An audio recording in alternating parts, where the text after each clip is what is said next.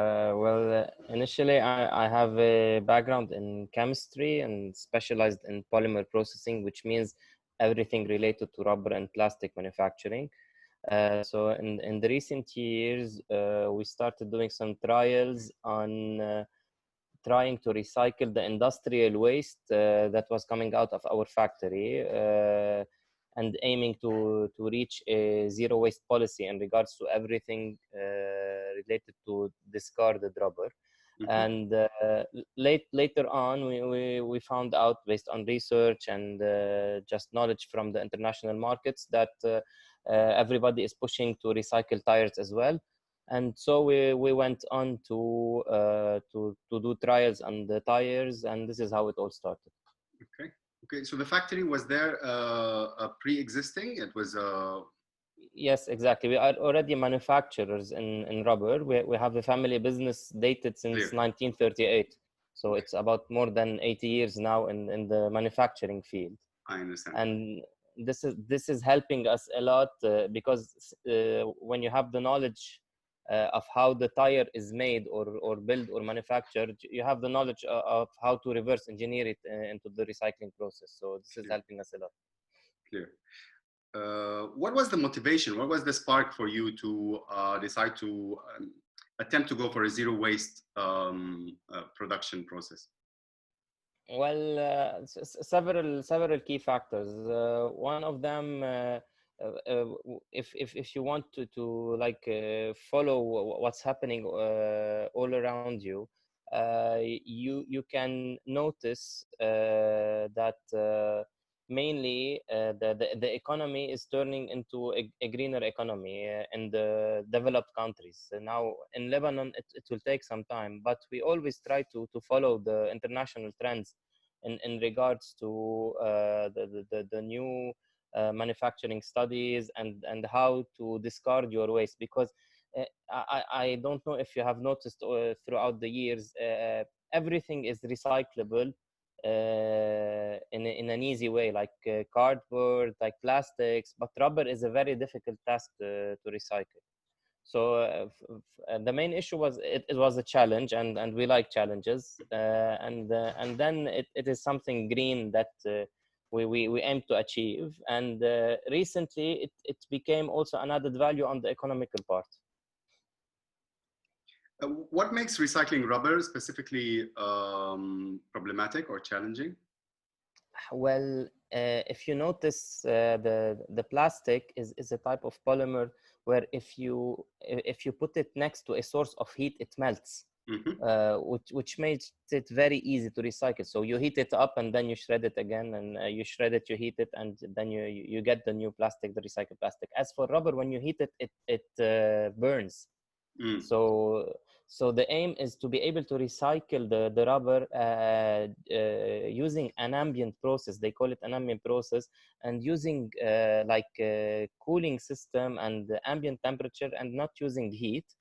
Plus, the rubber is manufactured using sulfur, and it creates something that it's called cross links. And cross links, it becomes like a spider web. It's a matrix, and a very complicated matrix. So you have to break down this matrix into smaller pieces again to be able to recycle it, which is this is the challenging part. Clear. And you mentioned that it started as a challenge, and you wanted to, like following the future trends of the economy.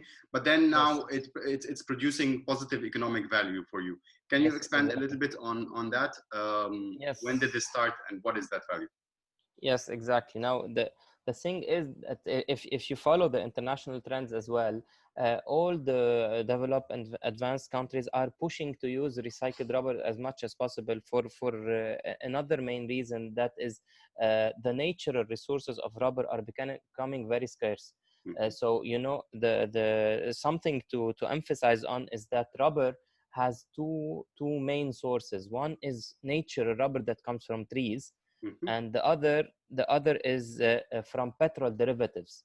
So if if you follow what's happening with the trees, like the Amazon forest that was devastated by the fires, and if you follow the other plantations and what is happening all around the world, you see that the rubber plantations, no matter how big they are, they cannot cope with the demand on rubber, because almost every breathing being needs rubber, not only human beings, because you use rubber in farms, in stables, and for chicken slaughterhouses. You use rubber everywhere.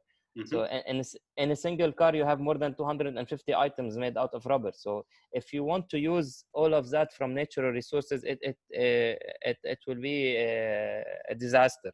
So what International Committee of Rubber did is that they like advised the manufacturers all around the world to start pushing as much as possible to use the recycled rubber.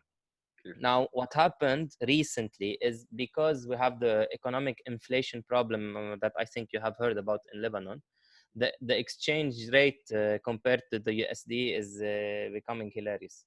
So each $1 used to make 1,500 Lebanese pound. Now it is 10,000 Lebanese pound. So suddenly you cannot import, and importing has become a luxury for us to get raw materials, because you have to exchange to USD to be able to transfer the money.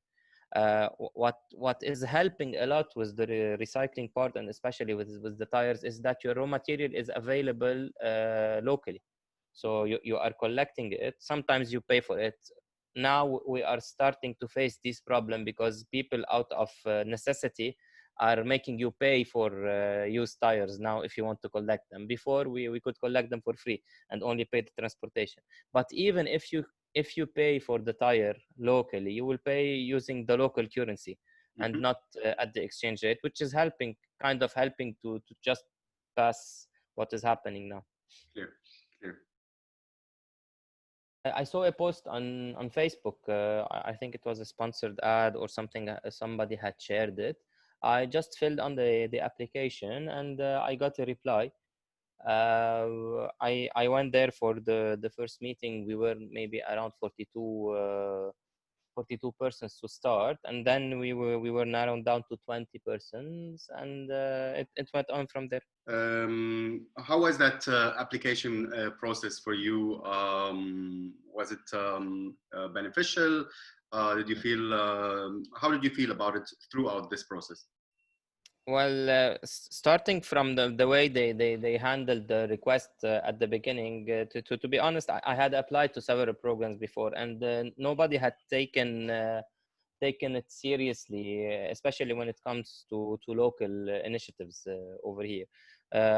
So I was surprised by the speed of response, and then by the program itself when I attended the training, because it was not like you go and you get a certificate of attendance and you leave maybe for 1 or 2 times. It was extended during 3 months, and we benefited a lot during the process. Can you tell us a little bit about the different types of trainings, all the benefits basically that you felt you received through the SwitchMed program? Yes.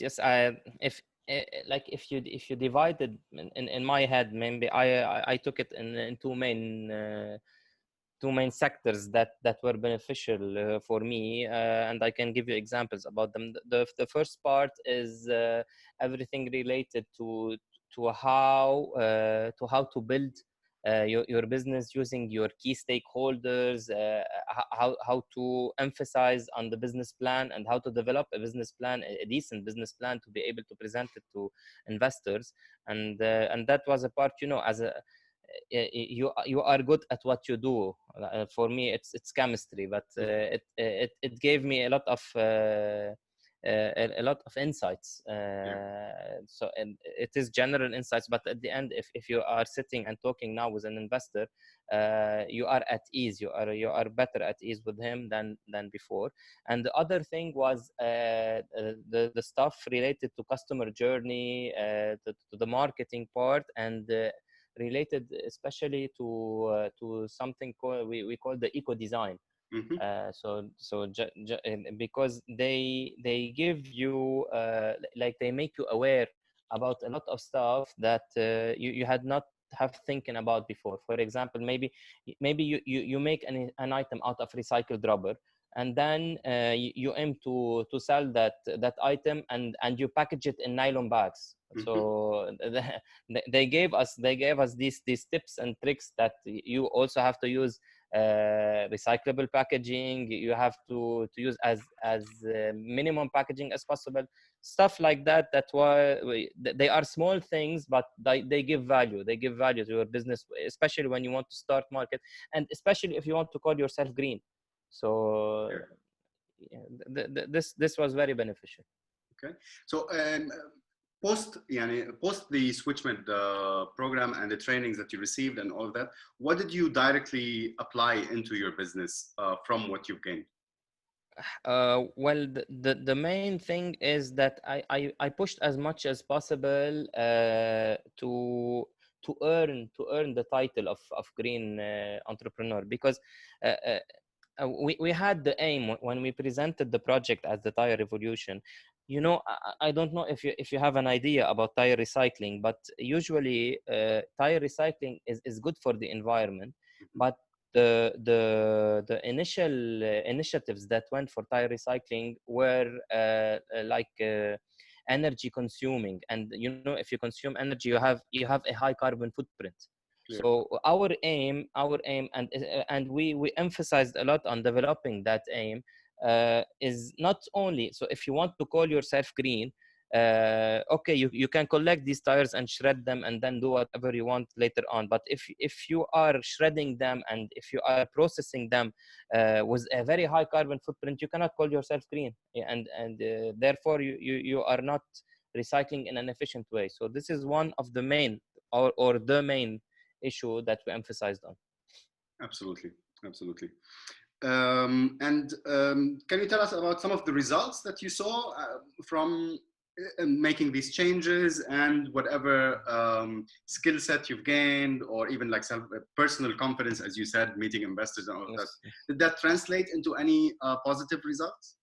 Well, yes, the results the results showed, especially when you talk to people, when you start to market your items. To tell you the truth, because of the situation, we did not have the opportunity to capitalize on earning that title and on marketing Tirevolution. But we have everything prepared, and we are just waiting for the right moment, and maybe it is coming now due to this. Yes, so this is the main thing that that affected me by presenting the project like it should be done. Well, first of all, we tried to narrow our expenses as much as possible, and on the same time we tried to do it without having to let go our personnel, because at the end our aim is to survive these maybe a couple of months or maybe 1 year, because we know it is a certainty that Lebanon has to become sooner or later an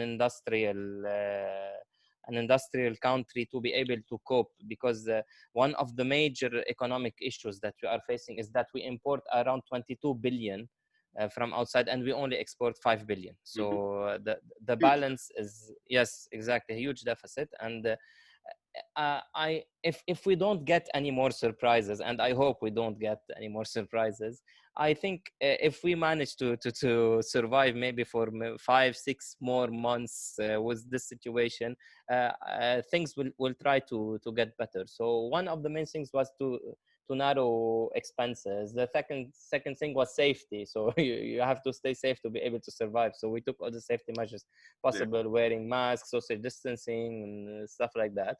And on the same time, we tried to use like the innovation we have in Tirevolution to try to source as much raw material as possible from Lebanon instead of purchasing it from outward, without having to compromise on the quality of the products.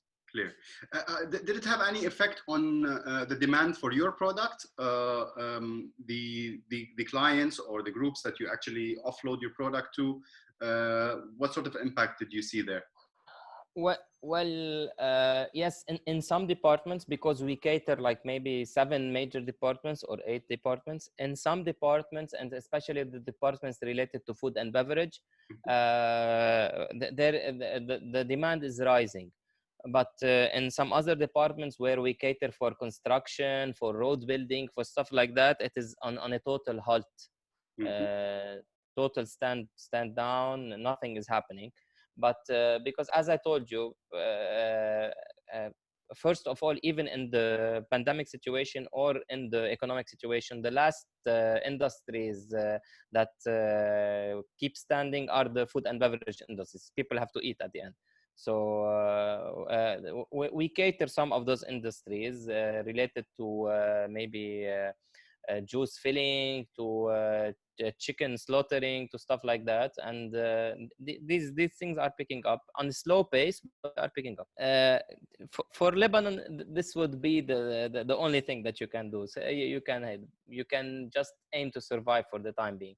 But meanwhile, I'm pushing, and our team is pushing as much as possible, based on what we have acquired throughout the years and throughout the researches. We can say now that not only we can produce items from Tirevolution, we can sell or franchise the whole concept. So this is our main aim now. And you know, another thing is why we are going also in that direction, because let's say, God forbids, you go into a second wave of the pandemic, and knowledge can be sold online, and you know that. So is it transferable? Is your process transferable to most locations? To a certain extent, yes. At the beginning, there is exchange of information. You have to do the data collection, the market study, and everything. And it is transferable because throughout the years, and SwitchMed helped us thinking in this way. We built the process to be scalable, and we built it to be in a modular way. So it depends on the demand of each country. You can install as much modules as you want over there, just to cope with the discarded tires that are available in the market. Clear. Well, first of all, is don't. I know it's difficult, but try as much as possible not to be affected with the surroundings, and second of all, don't listen to your surroundings, because most of them will try to demonize your idea, or and especially because we think green, and most of the people think profit. So once you go up and find a solution or something related to recycling or upcycling whatsoever, the first question even the investors will ask is, how much money will it return? But this is thinking on the short run. So if you think on the long run, the new economy will be the recycling economy. So and this is a huge advantage for people who already starting thinking like 5 or 10 years ago about recycling and upcycling and stuff like that. So just don't surrender. Don't listen to all the negative vibes around you, and you never know when it picks up. So for me, I was almost giving up hope before everything happened in Lebanon, because I stumbled upon too many problems over here, legislations. Even the authorities would not protect us from people making us pay for tires. So yeah, so you need to be protected somehow in some way. but eventually it happened. It happened during the worst possible scenario yeah, you could imagine. So this is my advice for everyone. Just don't give up, and keep your heads up and be proud, because you are doing something for the future. You're not doing something for now. And even if people don't believe now, that there will come a day where they will believe once they see the results.